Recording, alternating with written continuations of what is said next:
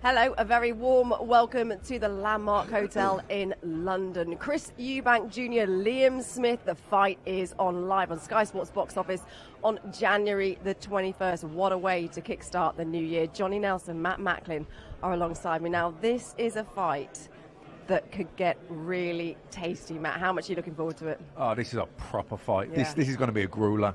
This, January the 21st, our first show, and I think this could probably be Happy fight New of Year. the year. No, but I think it could be fight of the year. I mean, if this goes how I expect it to, and I'm pretty sure it will, so I can't see how it goes anything other than become an absolute grueler, then I think you're going to have to go a long, long way to beat this fight.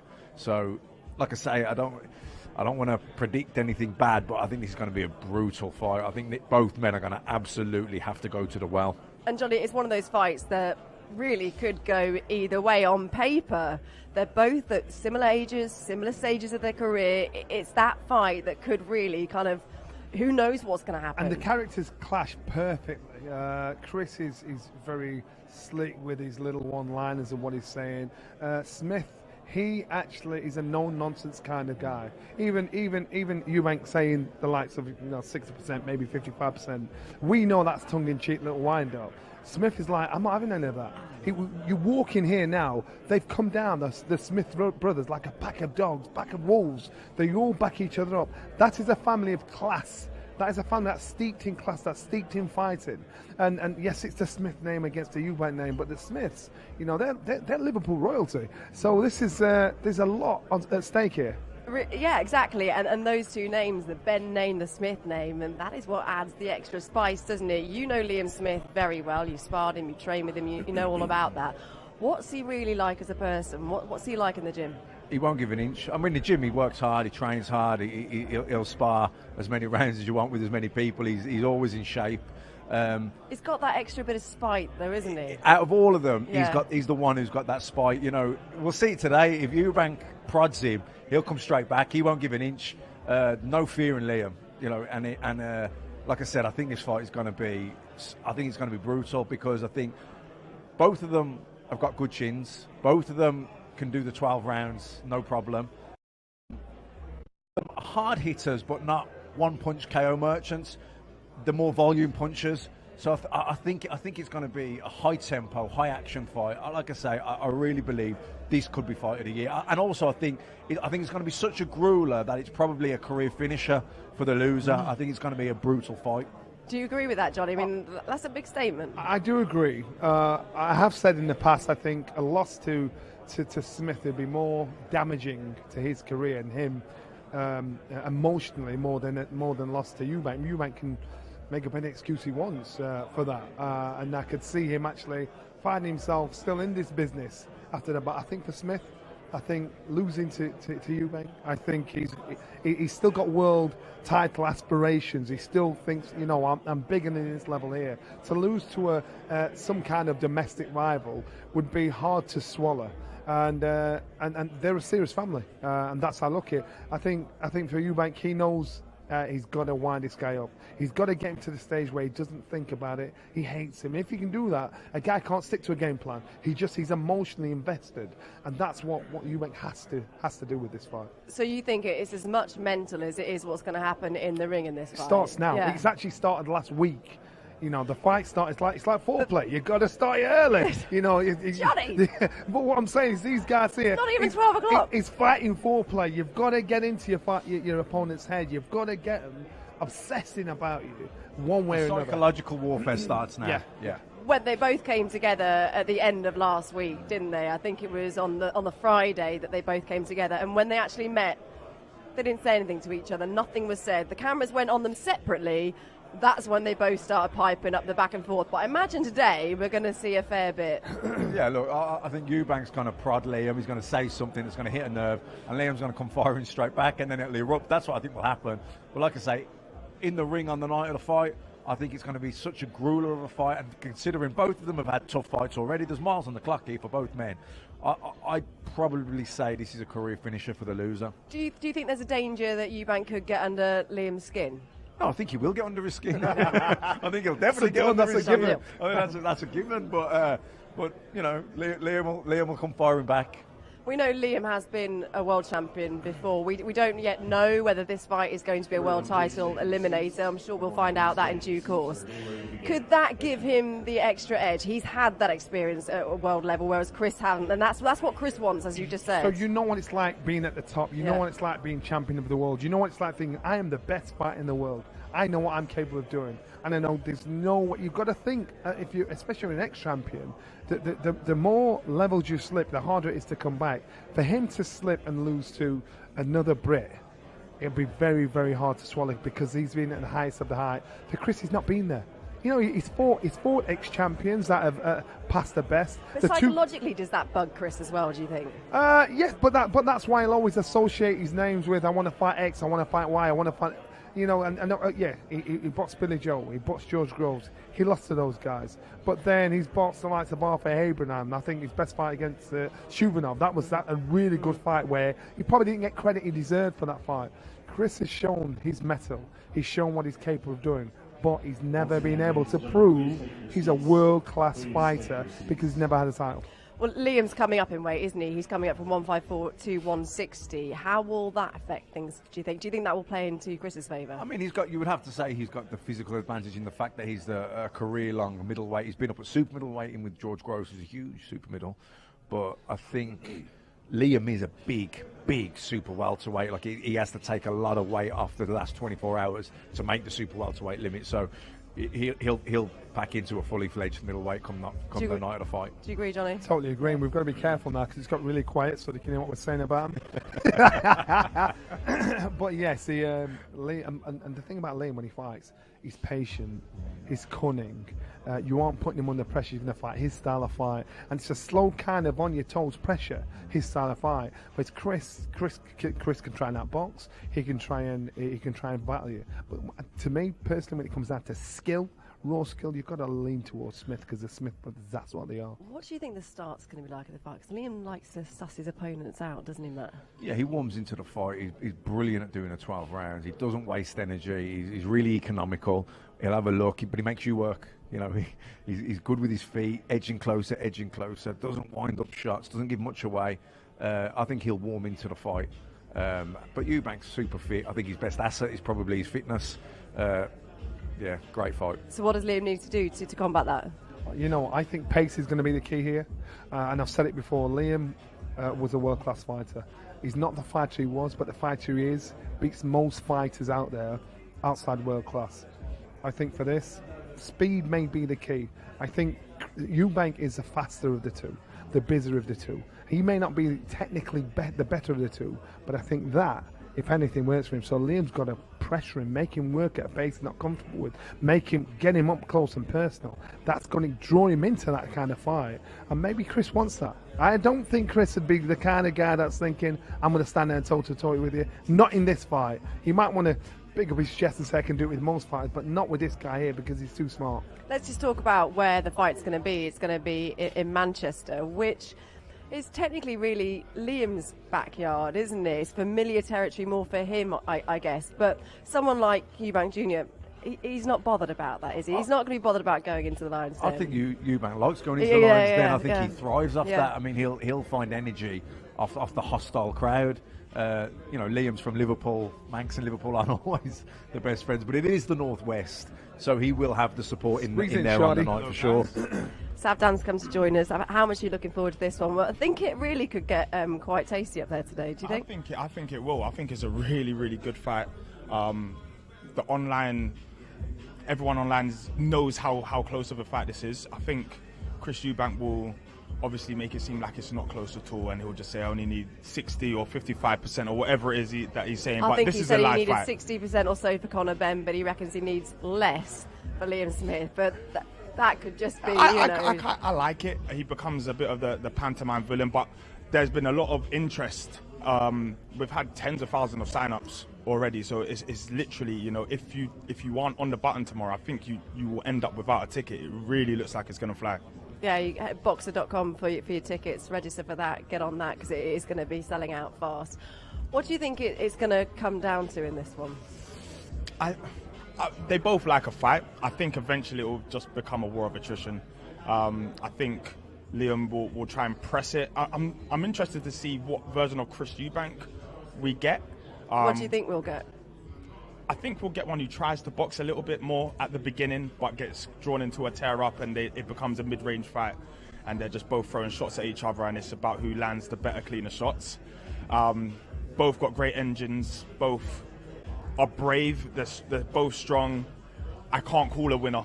If I'm totally honest, I'm going to sit on the fence. It's one of those, isn't it? And I feel like between now and New Year, we're all going to be swaying as we always do with these things. I don't think there's any quit in either guy. That's why I think it's going to be a brutal fight. I think the fight's going to have to be knocked out. No one's going to quit this fight. It's going to go down. And I think you're right. I think it's January 21st. Yeah. I think we're setting the stall for fight of the year.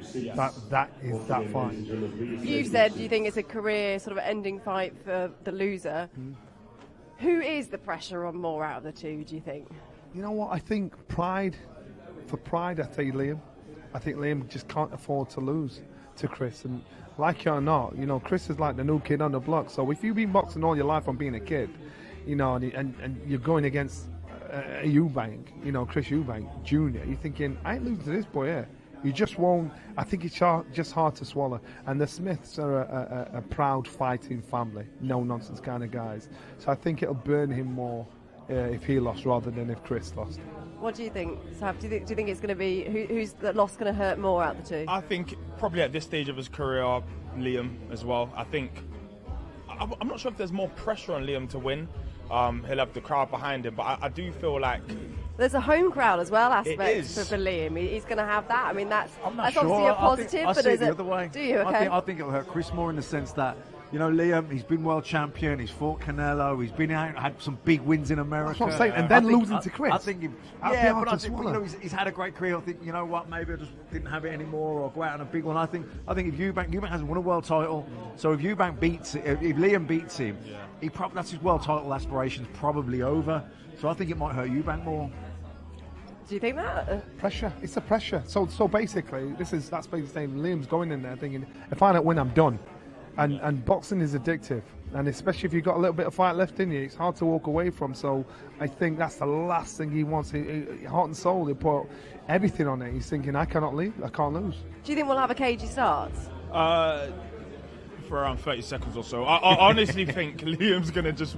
It's going to be one of those that's just sort of catches fire straight away. They'll both have a look for a little bit, and I think as soon as somebody lands the first backhand or first significant shot, it will spur the other one into action, and I think we just get a pretty mid-rangey fight pretty quickly.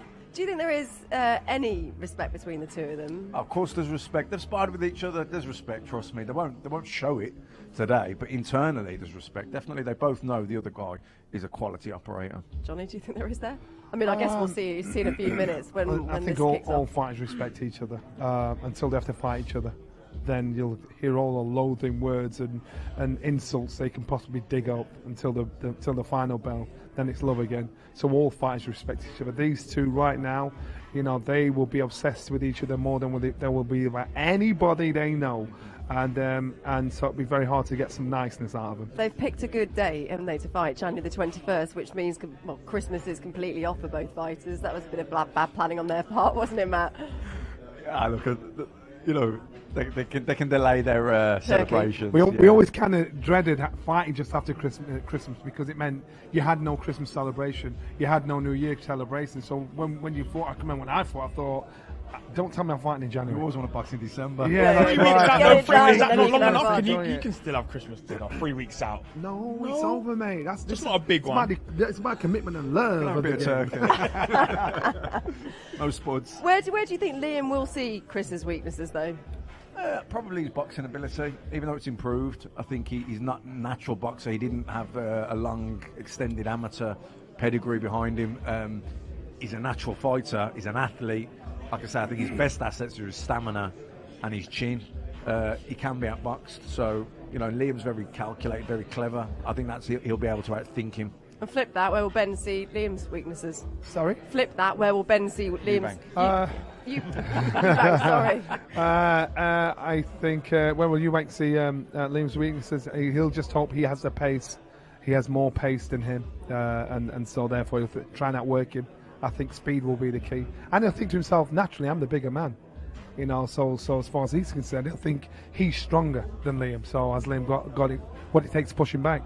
Well, Manchester Arena's produced some absolute crackers, isn't it? And I think this is going to be more of the same, especially in January. It's going to be absolutely jumping, don't you think? Yeah, I think it's a special arena. I don't know what it is, but when it's full, it is probably my favourite of all of them, even more so than the big 60,000, 80,000 stadiums. I prefer, it's just a... It's a great arena as well, because it is kind of like a York Hall, isn't it? But a bigger version. I prefer the Manchester Arena to the O2. I do. I love the O2, but I prefer the Manchester Arena. Why? I don't know. Maybe it's because of the history. Some of the fights I've been to there holds a better atmosphere. I'm not sure. Maybe because you spill out into Manchester. And it might even just be the acoustics. Honestly, it just sounds like a boring. And the city's that tight. Yeah. You can't go anywhere without bumping into somebody that knows or has something to do with the fight itself. So it's not just inside the arena, it's outside it as well. It's like the whole of Manchester is there for the boxing. So to me, it's like one of the best. And I think it's going to be one of those that the whole of Manchester is going to be divided, isn't it? Because of the two families, there's so much dynasty, isn't there, involved in this? Oh, completely. You know, I mean, four Smith brothers, I don't think that'll ever be done again, what they've achieved as a family. And, you know, Eubank, the history of his dad, the scene is set. Isn't it? It's a perfect fight. Yeah, I'm not sure if it will be split, because I think more often than not, people want to see Eubank lose. Yeah. But he likes that, doesn't he? I think that's what he plays into that. He plays the villain so well, but he also... That's what he wants. He wants to be disliked, doesn't he? He wants to go into the lion's den. When you get into boxing, and when you get to a certain stage, you choose your role. So if you're going to be the villain, you've got to take the licks with it. You've got to take the criticism. You've got to take the hassle, the stick with it. If you don't want to be that and you want to be a nice guy to fly under the radar, you accept that. Chris is happy winding everybody and anybody up. When you talk to him, when you interview him, he doesn't give you much. He'll engage enough to say, I don't care what you think of me. But that conjures up a feeling of either you either love him or loathe him. You're going to watch him because you want to see him get turned over. It's like a Christmas pantomime. But he's happy to live that life. Back and forth probably will happen today. Is there a danger there could be a little bit of arrogance coming in, do you think? I don't think it's a danger. I think it's a certainty. Yeah. If you are Chris Eubank Jr., you kind of, that's where you sit. You look down from your ivory tower and you almost pretend that you are above car this. At the front? No. Have you seen that car? No, I haven't. Yeah. You just right outside the door. So you've got to walk past that Lamborghini. You're like, okay. But that's all part of it, isn't it? That's all part of the mind game. He probably got it at 6 o'clock to park that there to get the best parking spot. Yeah. Clever. It's all planned, isn't it? It's all part of the build-up. That's his persona, isn't it? That's what he plays into. So yeah, he's strategic with his image. He portrays that image. That's intentional. But completely different to what Liam's like, because he's not Chalk and really cheese. like that, is he? No, not completely. He's like just the guy on the street, isn't he? You know, he's just a scally from Liverpool. I don't think you can say that, but he'd laugh at that stuff, though, wouldn't he? I don't think he'd get sucked in by that. I think eventually Eubank probably does get to you, because after a while you realise it is an act, but he actually probably believes this as well. He probably believes that he is the better fighter and he is levels above, and that he doesn't need him to be at 100% to win this fight. He learned from the best. His dad was the don at it. Yeah. Look how his dad, even to this day now, gets under the skin of Nigel Benn. He was the best at it, Chris Eubank Senior. So Junior, he's like thinking, that worked for my dad, it's going to work for me, and he can live by the sword but die by the sword. What will Liam be working on in the gym? Because I guess in his last fight he didn't really get to show much, did he? It was the mismatch. He was a bit frustrated after that. Yeah, but I think that was down to his opponent as well. He knew his opponent. He was very familiar with him. Yeah. So therefore he knows if he slowly put the pressure on him, he does not want to engage and dives. So it's about horses for courses. He knows what he has to do for each opponent. For this one, I believe he'll make sure his pace is high, his fitness is high, and then he'll stick to a game plan. Because if he doesn't, then Chris is going to pickpocket him. What do you think, Matt? I just don't think there's going to be any quit at all in either guy. That's why I think it's going to be brutal. And neither guy possesses sort of one-punch KO power. It's more an accumulative effect. It's more like beat you up, break you down. So that's why I think it's going to be such a grueler. A grueler. And do you think it's going to go the distance? Are we going to see a knockout? I think it'll either go the distance or it'll be late stoppage. I've just been told we need to stop talking because it is about to begin. Right, let's get over to Big Mo to get the proceedings underway. Good morning, ladies and gentlemen. My name is Big Mo, and I'm honored to welcome you to the beautiful Landmark Hotel. Thank you to the members of the media joining us here in person and the viewers joining us on Sky Sports. We are off on what should be an incredible campaign as we head towards what should be a classic British clash. Introducing first to the stage. This man comes to us from Liverpool. He is the former British, Commonwealth, and WBO World Champion. Ladies and gentlemen, the one, the only, Liam Beefy Smith.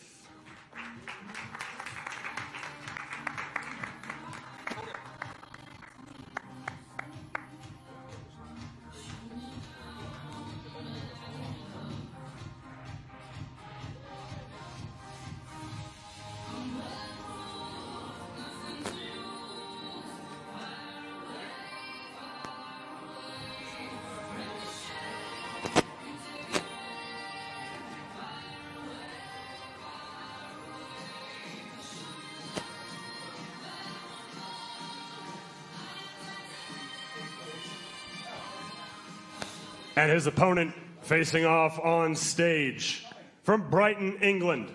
He comes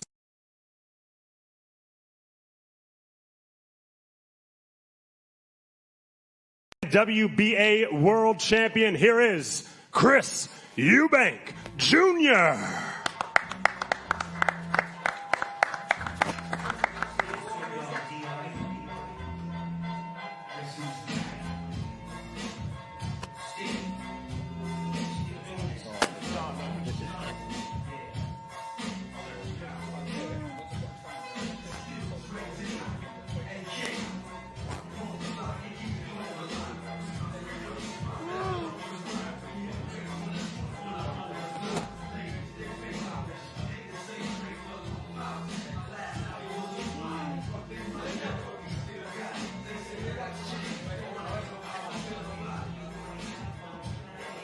And now facing off today, ahead of their clash on January 21st, 2023. These two men come from fighting families. They come with 32 wins apiece. Former champions, Liam Smith, Chris Eubank Jr., facing off for the first time here today.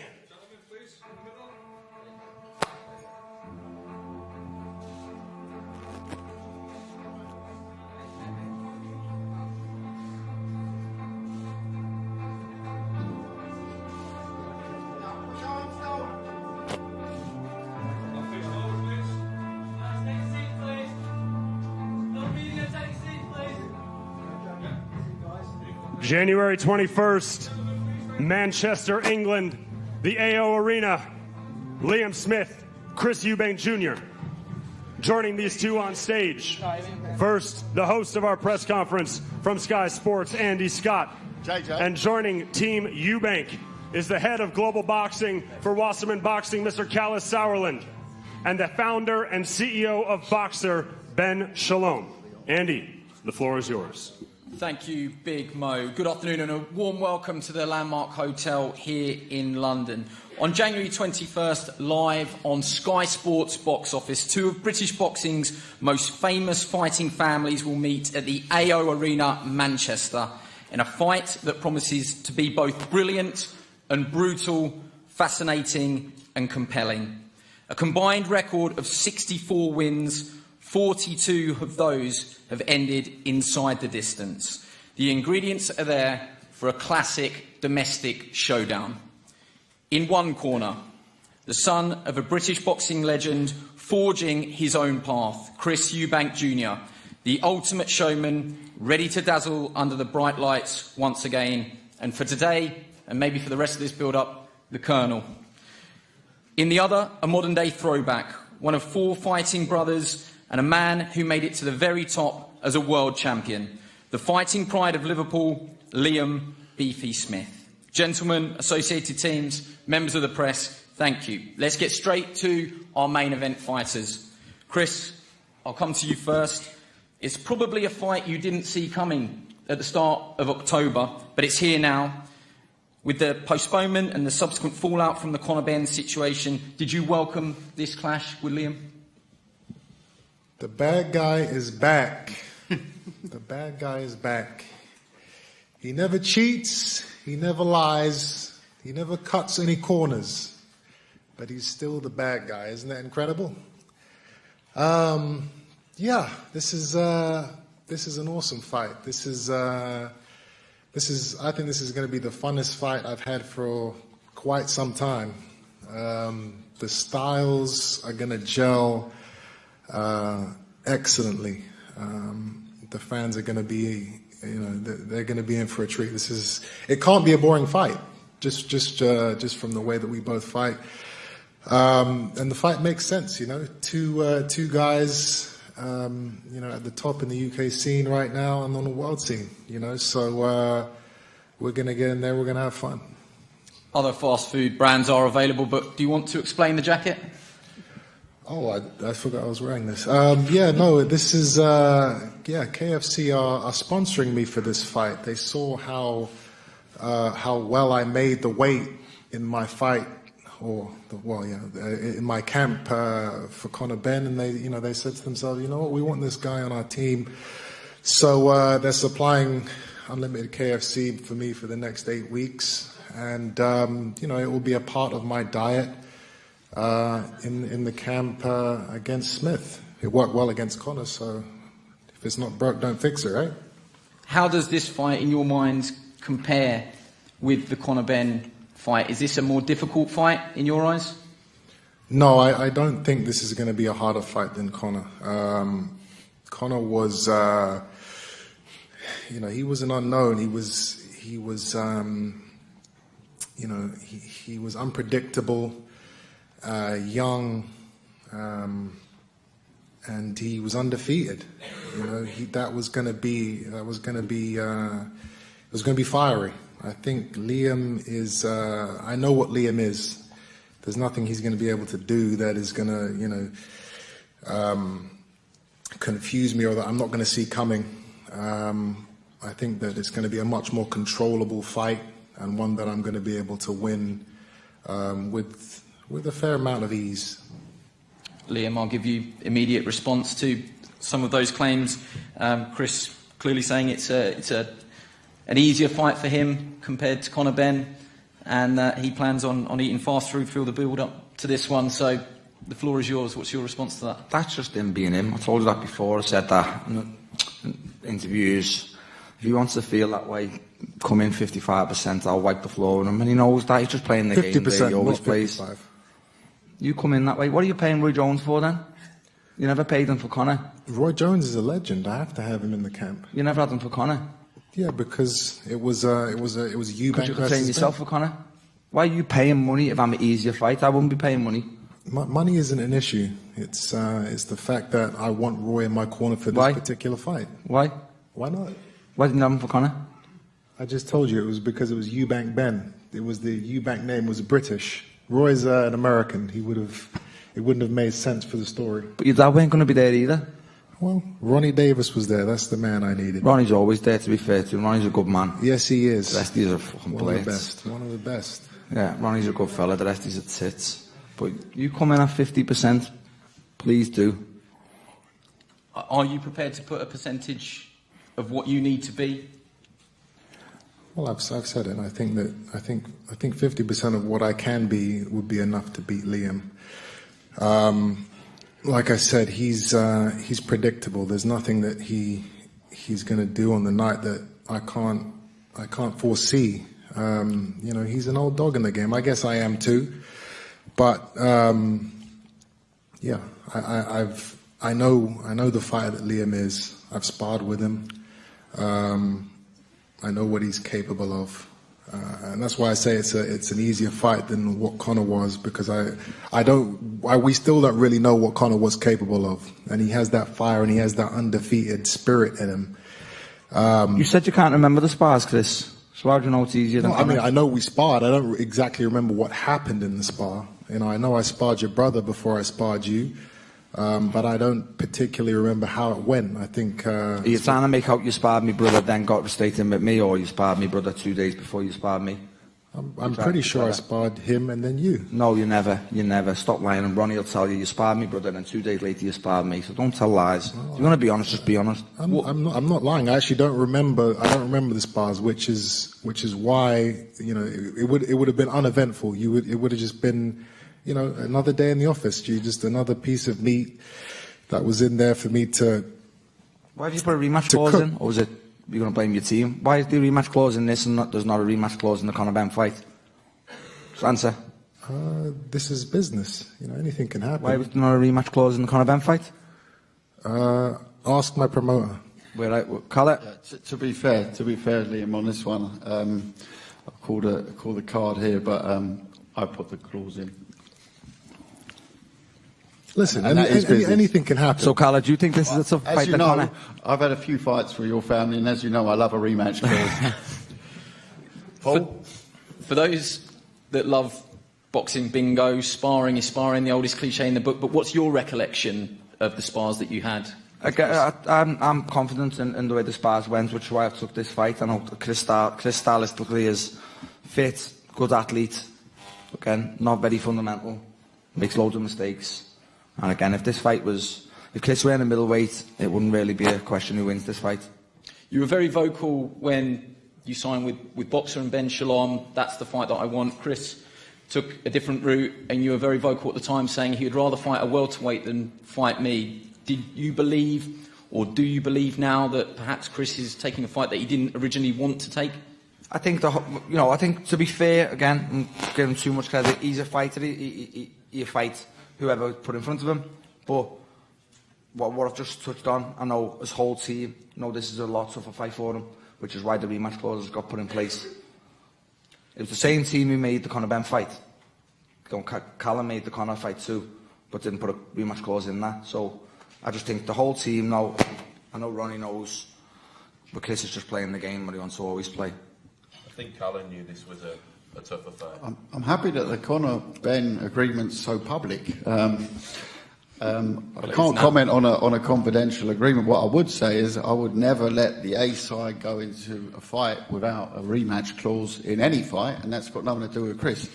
In fact, that is something that Chris didn't put in our agreement. That's something that I have, and that's what we have. We have a rematch clause in there because I have to protect our boxers. That's what we do, and in boxing, we all know you can trip over a shoelace in the first round. It's all happened before. We've all seen it before, those who've been around the fight game long enough, Does anyone actually care? I don't know why we keep talking about this. All right, there's a rematch clause. It's an easier fight, that's why we're just justifying it to you. No, I mean, whether there's a rematch clause or not, it doesn't change the fact that you're not going to pose more of a threat than Conor Benn does, in my opinion. But you turn off 50% then, and we'll soon see. Yeah, we will see. We've got 8 weeks. It's going to be fun. Chris, do you mind if I ask you, in terms of career CVs, how you feel that yours stacks up against Liam's? I don't know. That's not really for me to say. That's for the fans to debate on. I'm not worried about who he's fought. I'm not thinking about the guys I've fought. I have a man in front of me, and I'm going to roast him like I always do. Is he still a world-class fighter, in your opinion? He has been a former world champion. Yeah, if you held a belt, you're always a world-class fighter, and he's held a belt, and he's had a few good wins in his last few fights. He's on a good run, as am I. So the fight makes sense. It's a fight the fans are asking for, and it's domestic, which is very important. So it's going to be a big occasion. We're jumping around a bit, but will Roy Jones be joining your camp, and if so, when? Yes, Roy will be in my camp for this fight. He will be travelling to the UK within the next few weeks. Liam, in your mind, where and when did this rivalry begin? It's perhaps not a natural rivalry of a war of words that goes back years and years, but it has built slowly over the following months and the situation since October.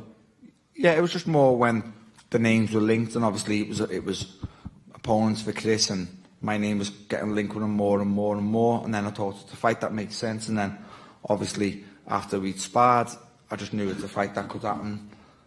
And then, obviously, with the boxer link up and Sky, I knew it was quite easy to make. And obviously, it's a fight I'm confident in, which is why I've took this fight.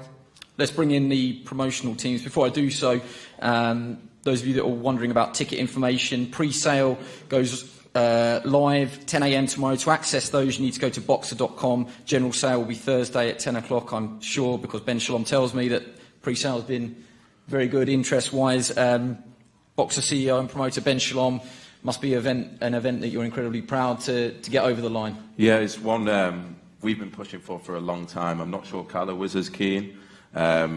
It's one that, for me, it's the best fighting the best. I think Eubank Jr., he's stepped up twice to world level, and this is probably the third time that he's stepping up to true world level fighter here. It really is a 50-50, and it splits opinion.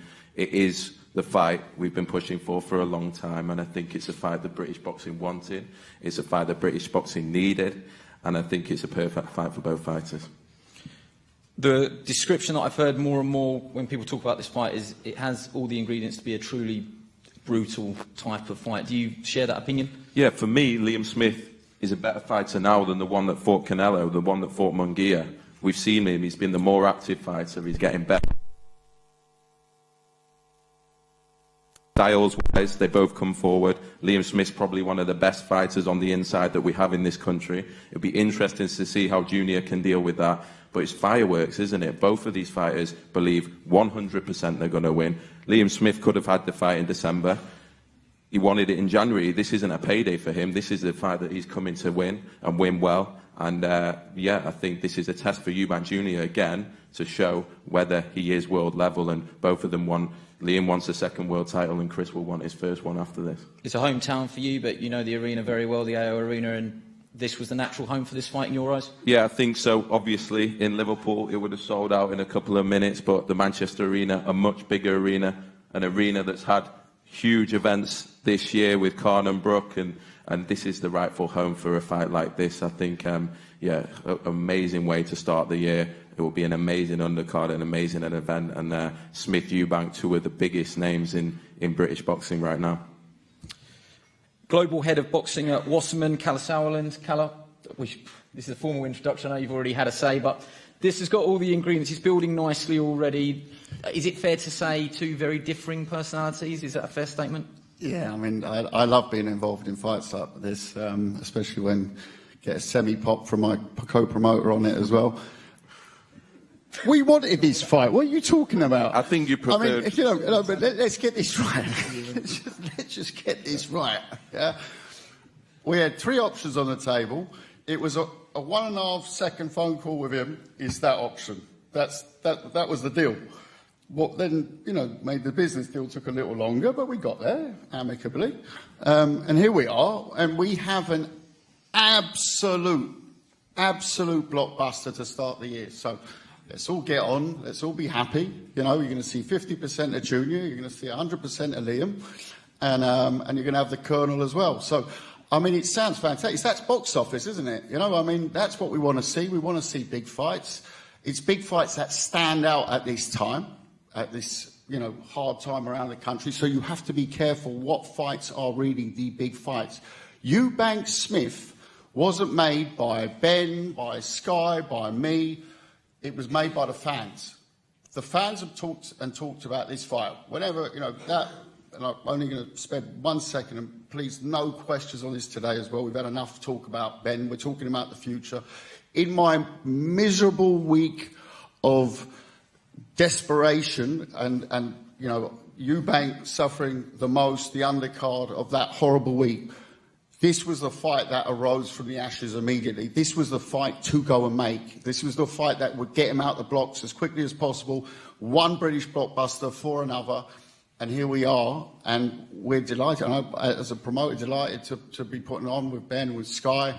But Junior, believe me, there wasn't no looking, he wasn't, you know, it wasn't a, I called him out, I think the actual quote was, just another man.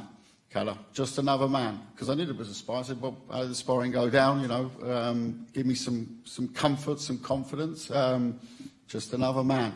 So, you know, that's my being said, but I think it's a fantastic fight. I think it's got all the spices to get our juices flowing before the fight, but at the end, you buy a ticket, you buy a pay-per-view to witness a bit of history. You're talking about Manchester Arena, the scene of so many memorable fight nights. Been lucky to be involved in a few of them. I think this will be an absolute banger that night, and, you know, 50%, if he says it, he'll do it. I'll invite both of you to address each other. Liam first. The Eubank chin is well known in all of British boxing. Do you believe that you can test that chin? And what would you say to Chris? Of course, and if he's, you know, if he doesn't believe that, he's a fool. But you know, he's got a good chin, he holds a good shot, and you know, we'll see. But look, trust me, his chin will get tested, and his body will be tested too. And if he comes through that, good luck to him. But he knows he's not stupid. He knows it's going to get tested either way. Do you believe that you can knock Chris Eubank Jr. out? Yeah, of course. I believe I can knock anyone out, especially with 10-ounce gloves on. And you know, we'll see how Chris is saying. We have a laughed as well. If he's sponsored by KFC, wow, don't. But if he wants to keep doing that, he doesn't make the weight as great as he makes out. Put it that way, and you know, it'll be tested if he does. What would your message be to Liam, Chris? Do you believe that you can end this fight inside the distance? I look to end every fight inside the distance. It's not going to change for this fight. You know, everybody always says that they can knock me out and they're going to do this and they're going to do that, and it never happens. But you know, I understand he's got to put on a brave face for you guys. But yeah, it's not going to be, as Ben says, a 50-50 fight. I mean, and a lot of people say this, and it's incredible to me when this line keeps coming up. You know, 50-50 fight, pick 'em fight. You know, I haven't worked as hard as I've worked all these years to be on the same level as guys like Liam Smith. You know, I think I deserve a little bit more respect than that. You know, I've paid my dues. I am what I am, and you paid your dues. You got a proper leg up because of your name. Well, you know, got a leg up because you know, your dad was a superstar back in the day. You got a leg up, to be fair to you. Don't talk like them, because you're not. Like who? Like them, like the haters, like the armchair critics. You know, you're not them. You know better than that. You know, this is not about names. It's not about leg ups and, oh, you wouldn't be where you are because of your old man. Well, Chris, you've just said you look to finish every opponent. So that's played out. We go back to Marcus Morrison. You said you wanted to carry him because it was Roy. Then you've just how many times you put Liam Williams down? 4, was it? Yeah, listen, and he's seeing points and made it half a close fight, like. Well, listen, I had an injury and I got through it. You know, with Marcus, it was my first fight back after COVID, and I wanted to get the rounds in. With you, as soon as there's an opening, you fucking better finish me. Put it that way. Yeah, you're gonna be on the canvas, and you know how to give up as well, which is another reason why I say you're going to be easier than Conor. You know, Conor, if he got put down, he would, rightly or wrongly, he would get straight back up. You know how to take a knee and look at your corner and, oh, shall I get up at 9? And, all right, it's 9. Let me get back up now and try again. That's a lie, Chris, but you can keep saying that. You know how to Where was play I on that the game. knee? I was on my back, and the count only got to 5. So stop talking shite again. I'm just saying, you know how to lay down like the old dog that you are, and that's what you're going to do on the night. You're going to lay down. You know how to lose every time you stepped up to someone with good fundamentals. You've lost. Come on, listen. Don't speak like them, because you're not. You know better. You've lost them. And for someone who has losses on their record, you know, it's obscene for you to talk like that. So just stop, please. It's embarrassing. It's real. You think you're a fucking superstar, and you're far from it. I never said I was a superstar. I'm just a guy. You talk like you are. You're far from it. I'm just a guy in a KFC jacket trying to make a living. Okay? Calm down over there. One thing that Chris said to you, Liam, was that all he does is the fundamentals. Do you believe the fundamentals, or your fundamentals, are good enough to beat a 50% Eubank Jr.? Do you want me to answer the question to beat a 50% Chris Eubank Jr.? Yeah, go on. No, I'm not going to answer a 50% Chris, because you know full well, and everyone in this room knows he's not saying no 50%. And it baffles me the people who laugh when he says he's going to do it. He turns up at 50%, like I said, I'll wipe the floor with him. Can you guard against him getting under your skin? Is he getting under your skin? No, again, that's just Chris being Chris. I said this since the first interview I'd done on him. We knew he'd play this game, and we knew as soon as he seen me say he can't be 60%, he's gone better again and said 50, and that's just him being him. He's just so predictable, it's laughable. I'm intrigued by something that you said there, Chris, was that you still feel that you aren't respected, that you still strive for that respect. Do you feel that you are disrespected within British boxing, within the wider circles? I don't know. It's, you know, I've dealt with this for so long now that it's not even something I think about or care about even. People are always going to say what they want to say. They're always going to think what they want to think. Whether I get my credit or not, at this stage now it's irrelevant. Now all I have to do is give the fans what they want, whether they like me or whether they don't like me. You know, I want to be in big fights. I want to be in fights that the fans want to see and get behind, and you know, and win. And that's what we will do in 8 weeks' time. Well, let's start wrapping it up with predictions. Then, Callum Sowland, I'll come to you first. I was just sitting there thinking, looking at Callum and Paul, and thinking we've done, I don't know, probably 5 fights together in total. It's very different with Liam. I've known Liam obviously many years as well, but I do think that he's a bit under your skin already. I don't think he would be under Callum's, and I don't think he would be under Paul's. But Ben's just got under yours. You were sitting there like it's the chalk and cheese here that's going to make the. But that's the build-up anyway. That's the build-up. I think fighting-wise, I think we got the experience. I think we got the youth. I think we got the speed. I think we got the skill set and the size. Sorry, Liam.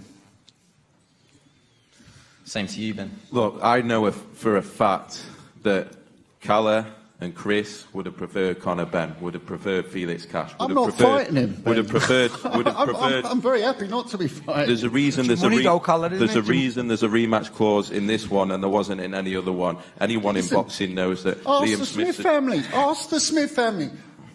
Paul, how many rematches did you have against Arthur Abraham in your contract? Was it 4 or 5? I can't remember what I put in there. Was it 17? There you go, 17. That is one of my, you know, like Chris has trademark left hooks. I have trademark rematch clauses. You've got a light one, actually. You've got a very confident one. It's only one. It's not 17 like Paul. You know, I was much more worried about Paul against Abraham. It was good that I took that one as well. So, no. The rematch clause, do not read into that rematch clause. That is a business thing, and I will continue to do it. For me, this is the hardest fight Junior's had since George Groves. I think he's stepping up again. I think he's stepping up against the best Liam Smith will have seen. And he's going to have to do something he's not done before, which is beat a world-level fighter. And whether he can do that or not, we'll see. But that's what's on the line on January 21. Liam, Chris, same question to both of you. The lights come down at the AO Arena. The ring empties out. 20,000 fans at a sold-out arena. How does this fight go in your mind? I'd think a Liam Smith win. The fight, I'll be 100% ready January, and that's why, you know, that's why I push for it to be January. And I know I'd turn up 100% fit. I'd be Chris Eubank Jr. Chris? Yeah. Final message to each other? No, there's no final message. I'm going to be seeing the guy, you know, for the next 8 weeks. So, yeah, the final message will be on the night when I'm standing over him with my hand raised. Good luck. Thank you. Well, thanks to everybody at the top table. Thank you all for coming today. I think we've got one more head-to-head posing with the teams. So the floor is yours, gentlemen.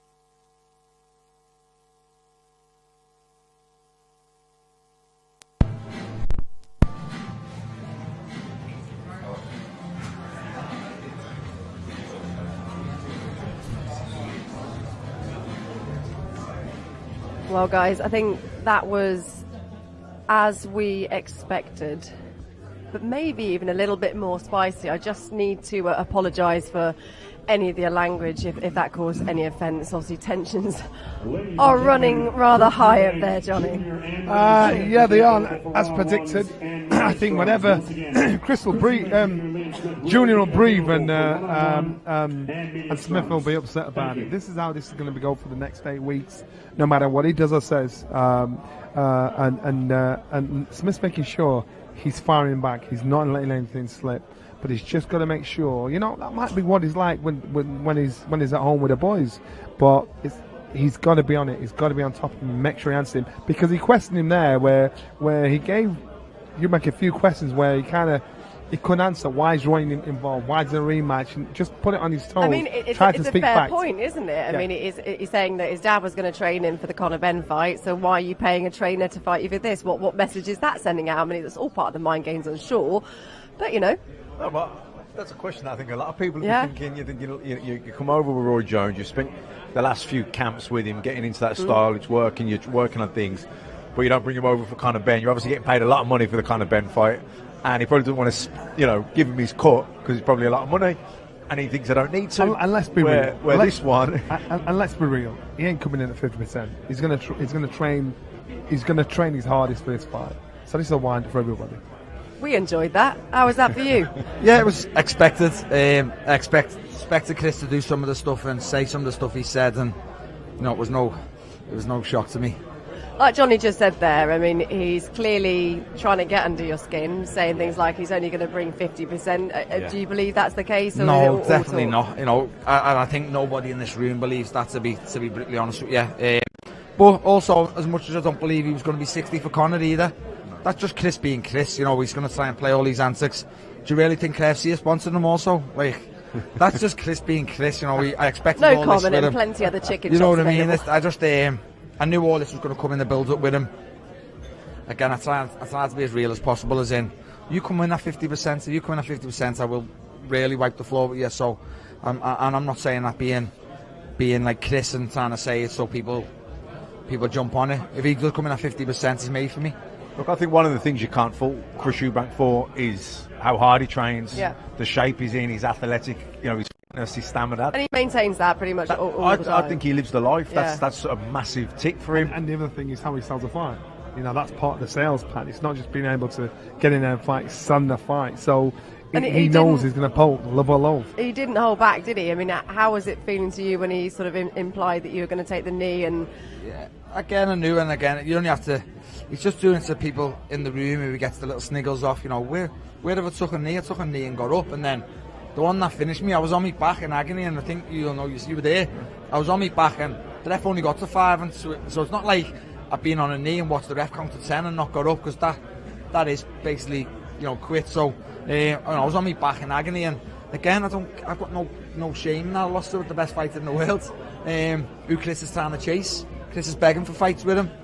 Chris is no Canelo Alvarez, put it that way. There's no quitting Liam, and also there's no quitting Eubank. Exactly. You know what I mean? There's no quitting either of these guys. That's why I'm saying it's going to be a grueler. This is going to go down to the wire.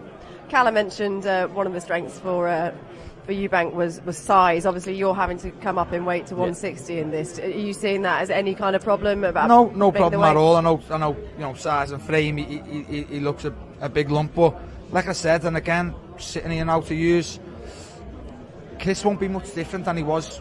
In the face-off in the ring the other day. He's always in shape. He's probably walking around now about 12 stone 2 and only has to make 11.6, but he'll probably only get in the ring 12 stone also. I'll be everything Chris Eubank in that ring, no doubt about it. And I think, sparring, he's heavy when I sparred him, and I know I've took the fight for a reason. Size won't be a big issue in the fight. How do you think you beat him?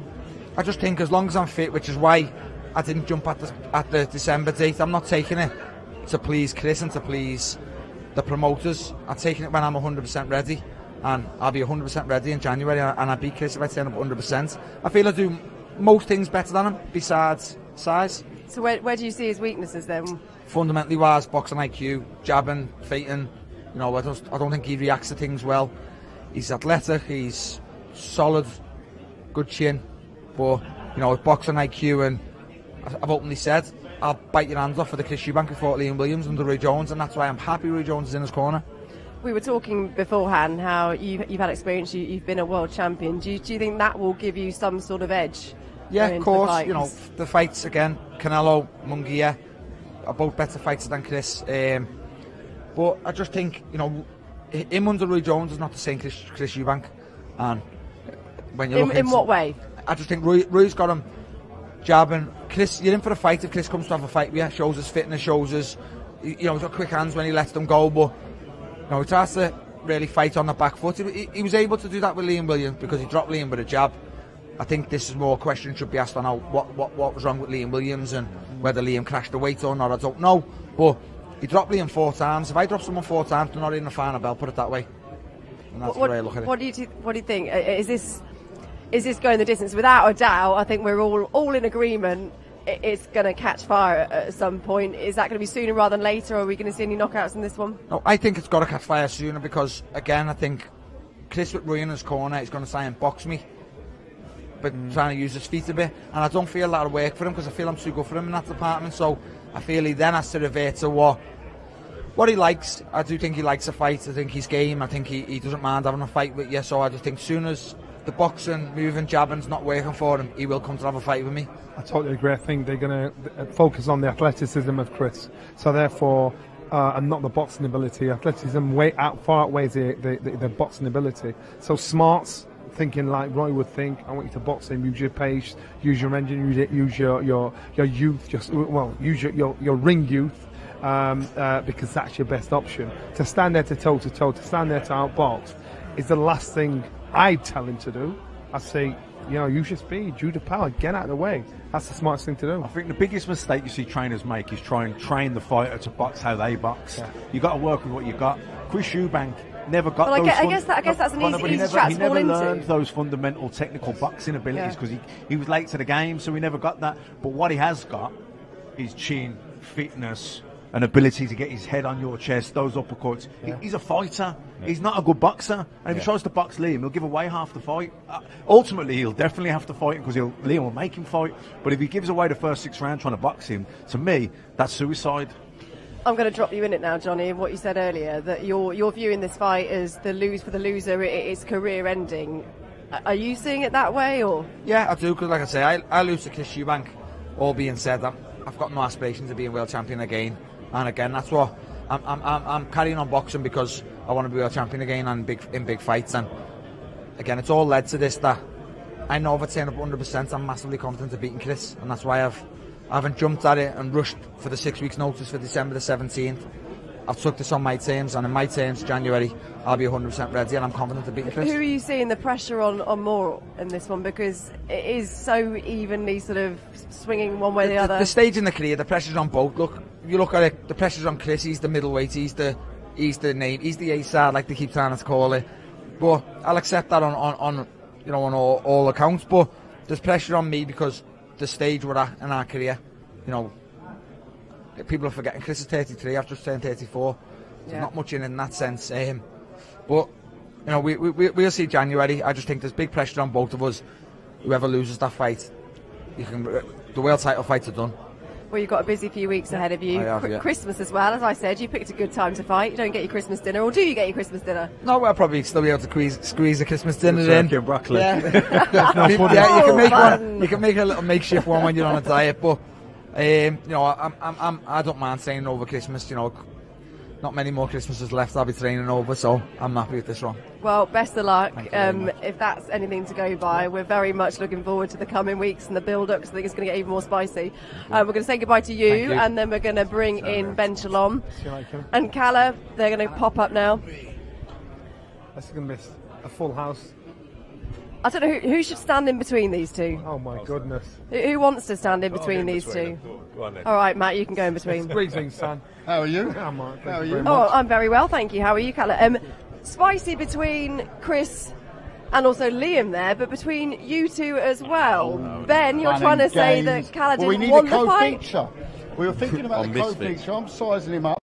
Oh no! I think can we just remind people that actually paying money to watch this fight? No one wants to see that. No. Yeah. Look, in all seriousness, is this on? It is on. I think, look, me and Calla get on, but I know, and Calla knows, if Chris could line up his choice of opponents, Liam Smith would not be on that list. And so Liam Smith is a very, very tough fight. Conor Benn wouldn't work. Felix Cash, no one wanted to see. And this is a massive step up for Junior. That's how I feel. I think Calla knows that deep down, which is why we spent so long on the rematch clause. And it's a great fight, and I'm glad that Calla made it with me, because I think we've got a massive, massive fight for British boxing. Right, respectfully listen, I didn't butt in. Yeah. So no, absolute garbage, man. No. Step up, right? Step up. No, I don't see this as a step up. It's a blockbuster fight. That's why we've done it. It's big box office business. Yeah? This is a business. It's the pro game. It's a big fight. Is it a step up from his resume? I don't think it is. I don't see how he's better than George Groves, James DeGale, Billy Joe, those sort of names. But Ben does, so that's cool. Well, Ben, you got a chance to come back. Let me finish now. I gave you your moment. But I take it with respect what you're saying. Now, what I would say to you is I don't really matter here. We had 3 options on the table. The call to Junior, I remember we were promoting a show. What did you call? I was in Frank. We were promoting a show in Frankfurt. Ben's called me up on the Friday. What about to do this here? I said, "Fuck, let me put it to him." So I had 3 options. It was a 1.5 second decision, and I really mean that. And he's on Smith. And Junior, when you talk to him, he's very sort of black and white, and he's very unemotional.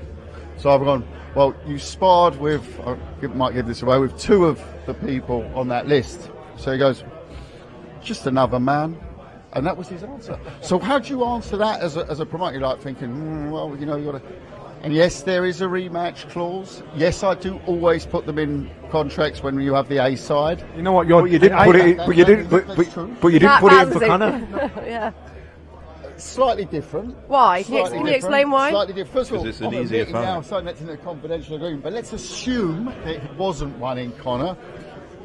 Eubank Ben was a very difficult fight to make for many reasons. Yeah, and I don't want to waste too much. That's the past. And, you know, now we're on Eubank Smith, but that whole deal was so complicated, and so many different people talking into it, that had we done that, we'd probably done it in 4 years' time once we agreed the rematch splits and whatever else is to agree on. So this is much easier in a way, but it was still a long process because it's a big fight. But people realise that the difference now to when I started out 20-something years ago making big fights was you got your time. People didn't press you. You know, now I've got like reporters announcing fights, and I'm like, no, we haven't started yet. And that was similar to the Eubank Ben fight, but was very similar to Eubank Smith. Yeah, I mean, you also shot a bit early. Listen, but that's another.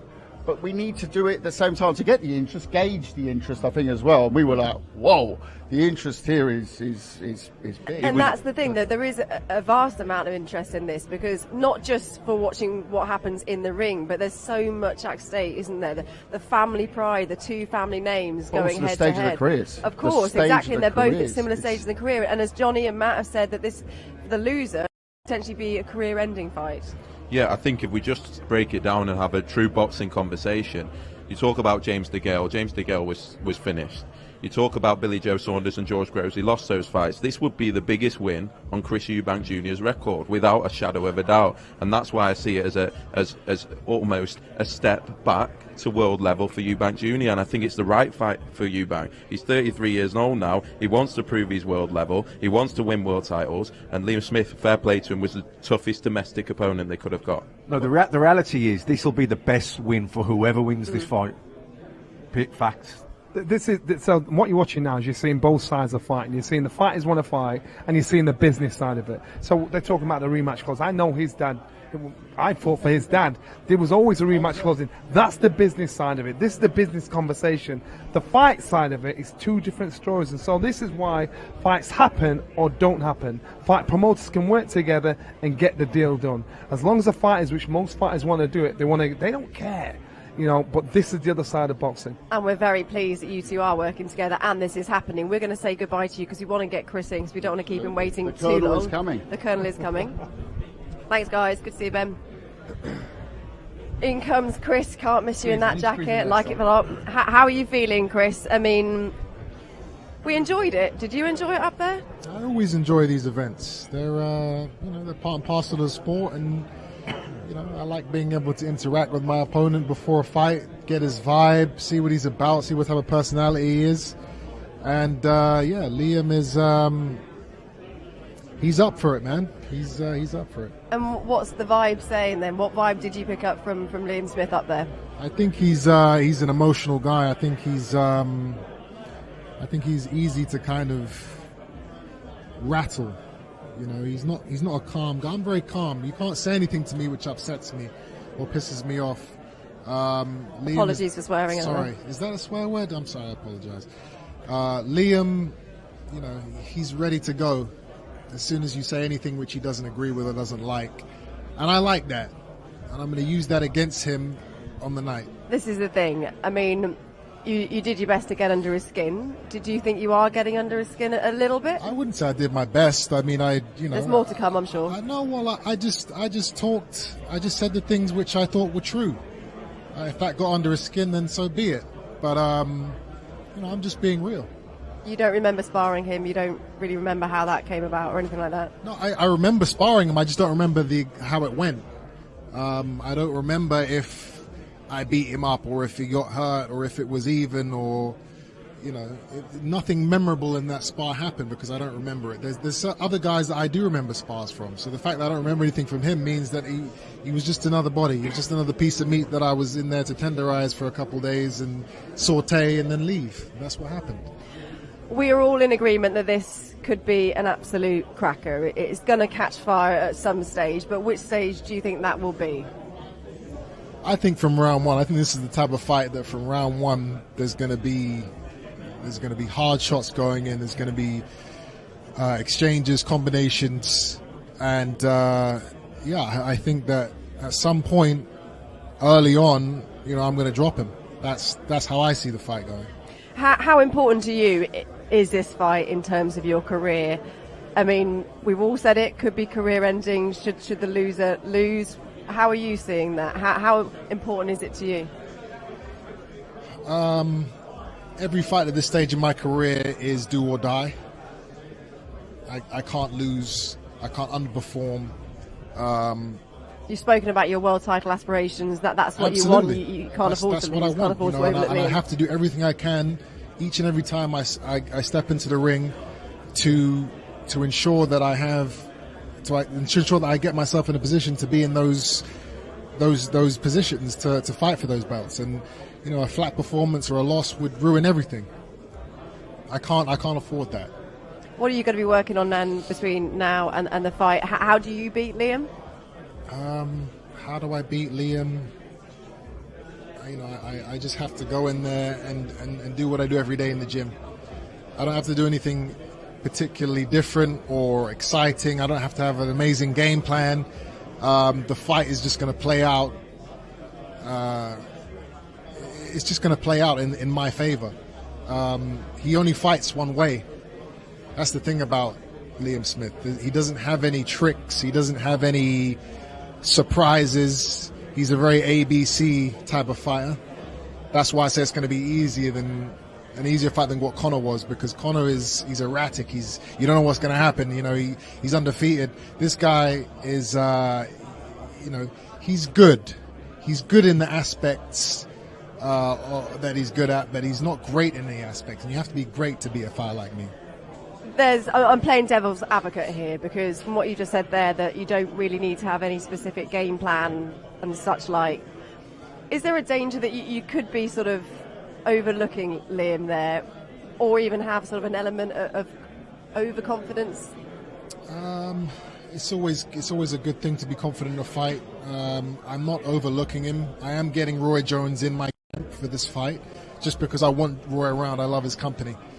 Not because I need him to beat Liam Smith. I just want him there.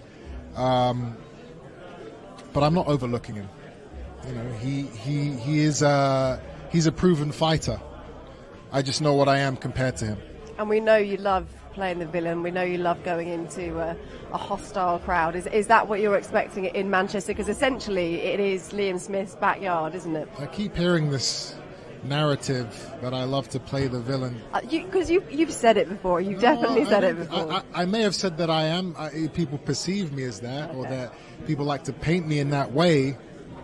One, I don't play. None of this is an act. Everything I say and everything I do is real.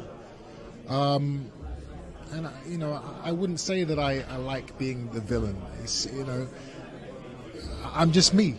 If you don't like me because I'm being me, then fair enough. But I'm not trying to be something I'm not. Like I said at the beginning of the press conference, I don't cheat. I don't lie. I don't cut corners. So if you're actually looking at it from that perspective, how much of a villain can I really be? I think it's what is said, isn't it? That there's the perceived villain that might be there. So come January the 21st on Fight Night, what's going to happen? What can we expect? This is going to be the funnest fight I've had for quite a few years, just because of how he fights, the style that he has.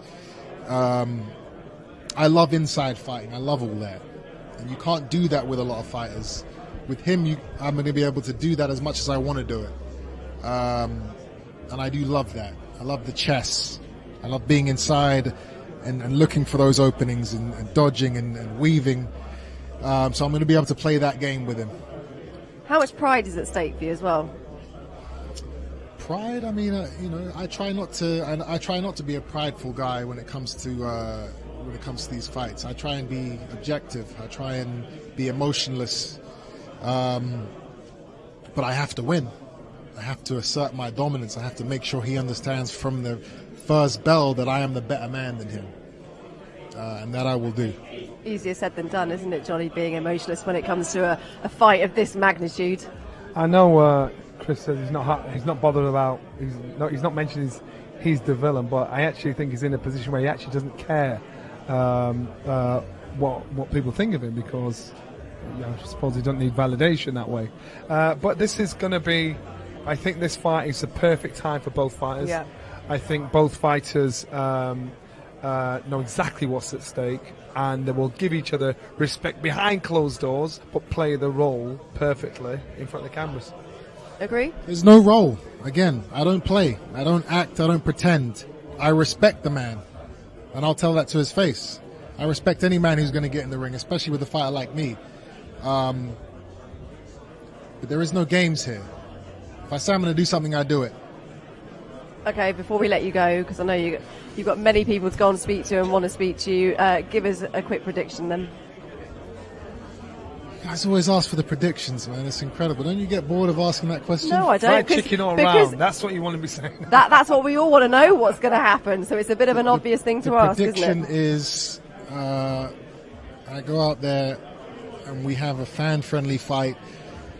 This is going to be a Fight of the Year candidate, I think. This is going to be the type of fight which is going to be able to be replayed and watched back for many years. A fight for the ages. Yes, that's my prediction. All right, well, we're looking forward to seeing it January the 21st. Best of luck, Chris. Enjoy eating your chicken over Christmas. We'll let you go. I will. Okay. Never gives much away, does he? Again, it's do you buy it? Are you believing it? I believe he believes it. Yeah. I believe that I do not believe for 1 second that he's 50%, and Liam's touched on it bang on right. Nor do you believe that he's really going to go into that with no game plan? No, Roy won't let that happen. Roy will not let that happen. Roy's a professional. He won't let that happen. And you have fighters that sometimes when they go in, it's like the tail wagging the dog. No. Right now he's going to go in there, stick to a game plan, use what his best attributes to get the fight. He's got to talk like this because, this is boxing foreplay. You've got to start getting on your opponent's skin well and truly before you actually get in the ring. Matt, if anything's to go by from today, from what we've seen, what we've just spoken to, if you had to put your money on one now, who would you go for? I think, I do think it's a 50-50 fight, really. I think both guys have got miles on the clock. They're not shot at all. I think they're in their prime, but it's just the right time. It's the right time. I think I don't think they've got a lot left in their prime, and I think this fight will be that bruising, that grueling, that it'll take so much out of the loser that they'll probably be at the end of the road, certainly at world level, and I don't think either guy wants to compete at anything other than world level.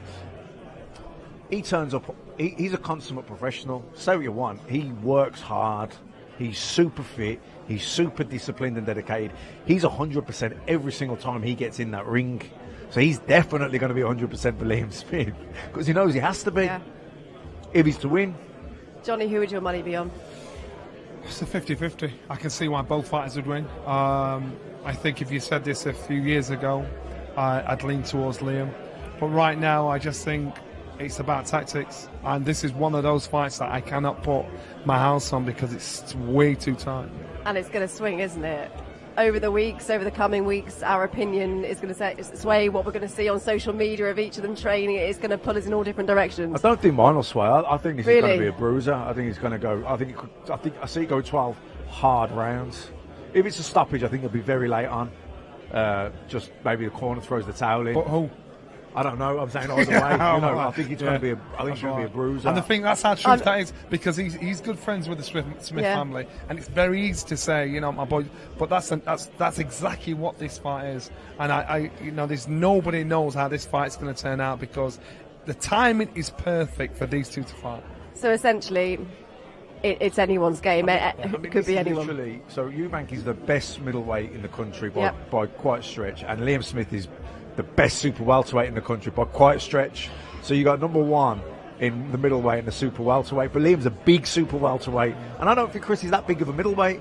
I'd say he's going to he walks around it that way. He's got that kind of metabolism. He's a lean guy. I don't think he puts much on. He wants to with eating all that chicken, doesn't he? One thing's for sure, you don't want to miss it. We are all set for an absolute barnstormer. January the 21st on Sky Sports Box Office. Plenty more to come in the build-up, but we'll see you soon.